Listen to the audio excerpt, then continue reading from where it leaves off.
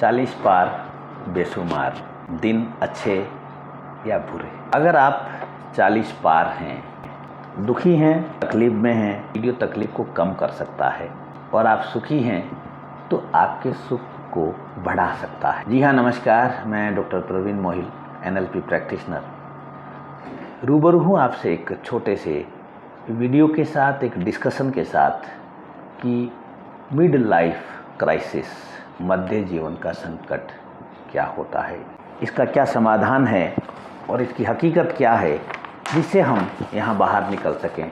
कोशिश करते हैं NLP के एंगल से, मेरे अपने एंगल से, मेरे अपने परसेप्शन से।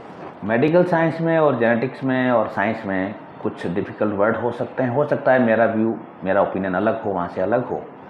I am here with due respect of all scientist. और रियल लाइफ में ये क्या है, सरल शब्दों में 40s यानी कि मिड वे ऑफ जर्नी, यानी कि हमारा जो जीवन का मध्यकाल, यानी कि एक मिडवे माना जाता है। जैसे हम कहीं यात्रा करते हैं, बीच में हम लोग मिडवे पे रुकते हैं, एक आराम की मुद्रा में जाते हैं, एक रिचार्ज हम करते हैं अपने आप को। उम्र अराउंड 40 हो जाती है, 40-45 लाइक दैट, तो 40s में है। तो जो 40 से पहले का जो समय है, हम बचपन में थे, एकदम माँ बाप की छत्र छाया में थे, माँ बाप हमें खिलाते थे, पिलाते थे, सब कुछ था। फिर हम स्कूल से निकले, कॉलेज में आ गए, और फिर समझ पकड़ते ही हम कैरियर में लग गए, नौकरी में लग गए, काम धंधे में लग गए। और बड़ी बात कि हम एक 25 साल की उम्र तक फुल बिजी में रहे, या हो सकता है फुल मस्ती में रहे। दो तरह के माइंडसेट होते हैं, एक बिजी माइंडसेट होता है, एक मस्ती माइंडसेट होता है। हो सकता है आप बिजी माइंडसेट को बिलोंग करते हो, या फिर आप फ्री माइंडसेट को बिलोंग करते हो, जिसमें भी रहे, बट आप और हम पूरी तरह से डूबे रहते हैं, पूरी तरह से फ्री रहते हैं। जब हम 25 के पार निकलते हैं, यानी कि 25 के बाद 30 और 40 में आते हैं, तो ये करीब 15 साल का समय, 15 साल के आसपास का समय होता है। इस 15 साल में हमारी ज़िंदगी के बहुत बड़े इवेंट होते हैं। जैसे हमारी शादी होती है, जो ज़िंदगी का बहुत बड़ा इवेंट है, और शादी का इवेंट सिर्फ आप और हमारे लिए नहीं है, हमारी फैमिली के लिए बहुत बड़ा इवेंट है, सोसाइटी के लिए बहुत बड़ा इवेंट है, अगली जनरेशन के लिए बड़ा इवेंट है।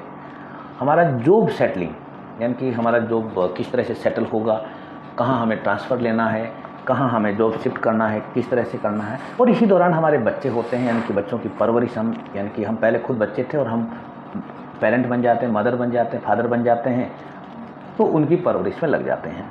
और यानी कि 40 तक पूरी तरह से हम पैक शेड्यूल है, बिजी है, कोई फुर्सत नहीं है मुड़ के देखने की। जब हम 40 से के अंदर आते हैं, तो हमें बच्चे कुछ बड़े होते हैं, तो हम या तो आगे देखते हैं या हम पीछे देखते हैं। यहाँ भी दो तरह के माइंडसेट है, एक माइंडसेट आगे देखेगा, एक माइंडसेट पीछे देखेगा। जब हम है, यानी कि हम अपने इतिहास को लेकर चलने वाले हैं, हम अपनी परंपराओं को लेकर चलने वाले लोग हैं, यानी हम हमारे पास्ट को देखते हैं। जब हम पास्ट को देखते हैं तो हम इम्बैलेंस हो जाते हैं, क्योंकि पास्ट हमारा, यानी कि जो पिछले, जो हमारी जो जर्नी है, वो कुछ अप डाउन वाली होती है, या हमें पीछे कुछ एक संतुलन नज़र नहीं आता, हमें बैलेंस नज़र नहीं आता। और हम आगे की तरफ देखते हैं, यानी कि अभी हमारा अकाउंट बैलेंस देखते हैं, हमारे पास लोन कितने सारे हैं वो देखते हैं, बच्चों की स्कूल के क्या खर्चे आने वाले हैं वो देखते हैं, हम आगे लाइबिलिटीज़ क्या क्या आने वाली है वो देखते हैं, हमारे खुद के हेल्थ के एक्सपेंसेस को हम देखने वाले होते हैं। और एक चिंता पैदा हो जाती है कि यार हम इनको मेंटेन कैसे करेंगे। और अगर आप मॉडरेटर हैं, बीच के हैं, तब तो और ही ज़्यादा हालत ख़राब हो जाएगी। तो ऐसे में हमें एक सहारे की ज़रूरत पड़ती है, एक सपोर्ट की ज़रूरत पड़ती है। यानी कि ऐसे समझो कि डूबते को तिनके का सहारा। यहाँ पे हम पूरी तरह से डूब चुके होते हैं, और ऐसे लगता है कि अब कुछ बचा नहीं, यानी कि हमने तो सारा ख़राब कर दिया, सारे रॉन्ग डिसीजन ले लिए, हमारा स्पाउस भी गड़बड़ हो गया, बच्चे भी हमारे उतने कामयाब नहीं हुए। ऐसी बहुत सारी थॉट हमारे आते हैं जब हम पास्ट में जाते हैं। अगर हम फ्यूचर में जाते हैं तो बच्चों की चिंताएं हो जाती हैं, बच्चे पता नहीं सेट होंगे कि नहीं होंगे, हमारा बुढ़ापा कैसे होगा, हम कितने जिएंगे, तमाम तरह की हमारे। अच्छा, यहाँ तक आते हैं तो जो हमारे सर पे हाथ रखने वाले लोग वो भी कमज़ोर हो जाते हैं, जैसे हमारे माँ बाप हैं वो भी ओल्ड एज में चले जाते हैं। तो एक बड़ा सा बम्बार्डमेंट यहाँ पर मचता है, और उस बम्बार्डमेंट में हमें एक सहारे की ज़रूरत पड़ती है। और ये बम्बार्डमेंट के जो एस्पेक्ट जो हैं, ये 3 एस्पेक्ट में मैं यहाँ पे शेयर कर रहा हूँ कि एक तो मनी, इनकम और एक्सपेंसेस, यानी कि हमारी जो इनकम और हमारा खर्चा, इस पे बड़ा गैप होता है जो हमें बहुत ज़्यादा परेशान करता है कि यार इतना खर्चा है, इतनी इनकम है, ये आप इस पे आप बहुत अच्छे से जानते हैं, मैं ज़्यादा नहीं बात करूँगा। सेकंड पॉइंट जो हमें यहाँ परेशान करता है, यानी कि जो डुबोता है, जहाँ हम डूबे फील करते हैं, जहाँ हम हारे हुए थके हुए फील करते हैं, वो है लव का। यानी कि ऐसे लगता है कि कोई हमें प्यार ही नहीं कर रहा, और कई बार ये लगता है कि हम भी किसी से प्यार नहीं कर रहे हैं। दोनों चीज़ें नज़र आती हैं। शेयरिंग हमारी पूरी तरह से बंद हो चुकी होती है, फिजिकल लेवल पर भी और मेंटल लेवल पर भी। यानी कि जो फिजिकल लेवल पे जो बॉडी की जो शेयरिंग होती है वो भी काफ़ी हद तक डिस्टर्ब हो चुकी होती है। इवन यहाँ तक कि हम दोस्त लोग गले मिलना भी छोड़ देते हैं, और ये कमबख्त लॉकडाउन ने तो और ज़्यादा हमें डरा दिया है, तो हम गले मिलना भी छोड़ देते हैं। मेंटल शेयरिंग है तो ये हो जाता है कि यार पता नहीं हमने जो इज्जत कमाई है वो कहीं डूब ना जाए, हम किसी से बात ही नहीं करते कि यार मेरे प्रॉब्लम है, किसी मित्र को कॉल ही नहीं करते कि यार देख तू सुन तो ले मेरी भाई, मेरी ये प्रॉब्लम चल रही है। ऐसा नहीं करते क्योंकि हमें डर है कि वो हमारा मित्र नहीं रहा तो बड़ा गैप होता है। तीसरा है कि हम लोग एक सर्किल में स्टक हो जाते हैं, या एक सोशल ट्रॉमा में एक जकड़ जाते हैं। ऐसे जैसे समझो कि आपको बहुत जल्दी है और आपकी गाड़ी बहुत बड़े जाम में फंस गई है, आप ना आगे जा सकते, ना पीछे जा सकते, ना लेफ्ट जा सकते, ना राइट जा सकते, एक स्टक स्टेट होती है। यानी कि दो हमारे पास गैप हो गए और एक स्टक स्टेट हो गई। अब ये तीनों चीज़ें, यानी कि दो गैप और एक स्टक स्टेट है, ये हमारे अंदर बड़ी हलचल पैदा करती है, और बच्चों की भाषा में कहूँ तो धमा चौकड़ी पैदा करती है। और इतनी धमा चौकड़ी, जैसे बच्चे जब घर में धमा चौकड़ी करते हैं तो कितने टूटने की आवाज़ आती है, कितनी चीज़ें टूटती हैं और कितनी चीज़ें जुड़ती हैं आपको पता है, तो बिल्कुल धमा चौकड़ी होती है।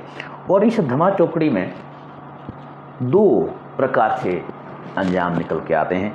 एक अंजाम होता है कि हम अपने आप को इनसे बाहर निकाल लेते हैं और एक पॉजिटिव न्यू बन जाते हैं, इस धमा चौकड़ी को हम पार कर लेते हैं। हमारे पास कुछ ऐसे रिसोर्सेज होते हैं जिससे हम मतलब एक नॉर्मल रूप से हम बाहर निकल जाते हैं, और जिसे हम कहते हैं मिड लाइफ एबंडेंस। यानी कि आप 40s में वो सब एंजॉय कर रहे हो, लाइक टीनेज की तरह 40s को एंजॉय कर रहे हो, बचपन की तरह एंजॉय कर रहे हो, जैसे माँ बाप के हाथों में एंजॉय किया वैसे कर रहे हो, तो बहुत अच्छी बात है, आपको मुबारक। क्योंकि मिड लाइफ में ये केस बहुत कम देखने को मिलते हैं, आप लकी। यहाँ पर्पज़ ये है कि निगेटिव हम अगर हैं, यानी कि मिड लाइफ में अगर हमने एक चीज़ को पकड़ के रखा है और हम पूरी तरह से उसी एक चीज़ को जिम्मेदार मान रहे हैं कि मेरा जॉब ही जिम्मेदार है, ये मेरा अमुक रिलेशन जिम्मेदार है, अमुक सिटी जिम्मेदार है, तो समझो कि हम मिड लाइफ में नेगेटिव स्टेट में एंटर कर चुके हैं।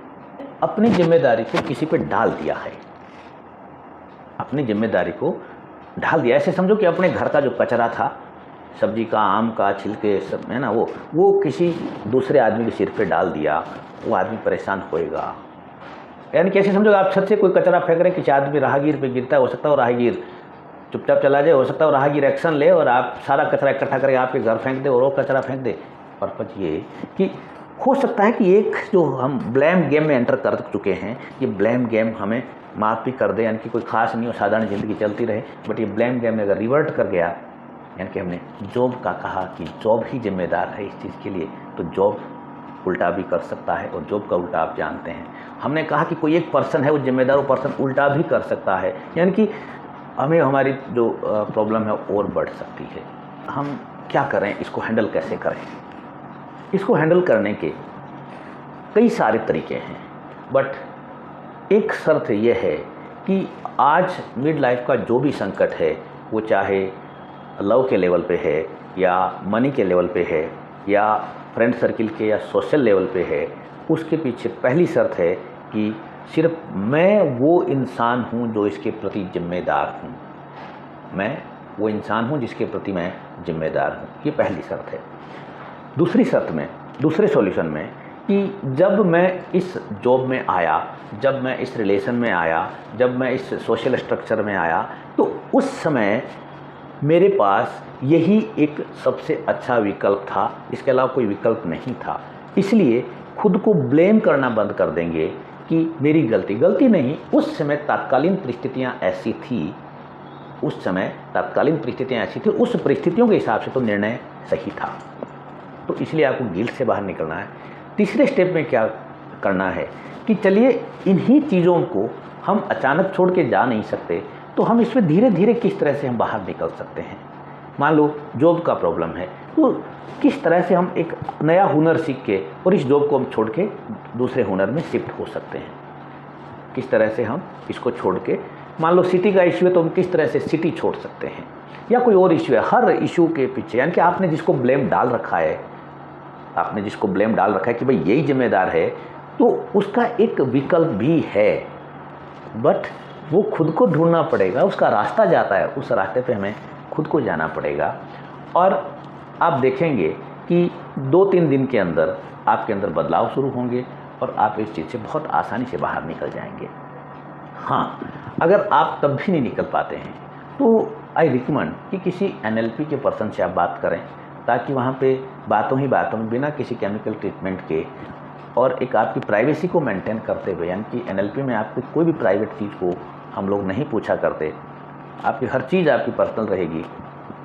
हम आपका सॉफ्टवेयर है, यानी कि हमारा जो थॉट प्रोसेस है, उस पैटर्न को हम चेक करते हैं और NLP में इसको चेंज करना सिखाया जाता है, तो वो आप उनसे मदद ले सकते हैं। हाँ, आपका कोई सवाल है तो आप कमेंट बॉक्स में लिख सकते हैं। आपकी सहमति है तो चाहूँगा कि आपकी सहमति मुझे मिले, आपकी असहमति है तो वो भी चाहूँगा कि असहमति मिले। और चूँकि मैं ऐसे ही वीडियो बनाता रहता हूँ, तो चाहूँगा चैनल को सब्सक्राइब कर लें। हाँ, अगर आपको वीडियो अच्छा लगा हो तो गुजारिश की चैनल को लाइक कर दें, सब्सक्राइब कर दें और बेल आइकन को प्रेस कर लें, ताकि अगला नोटिफिकेशन समय पे मिले। Thank you.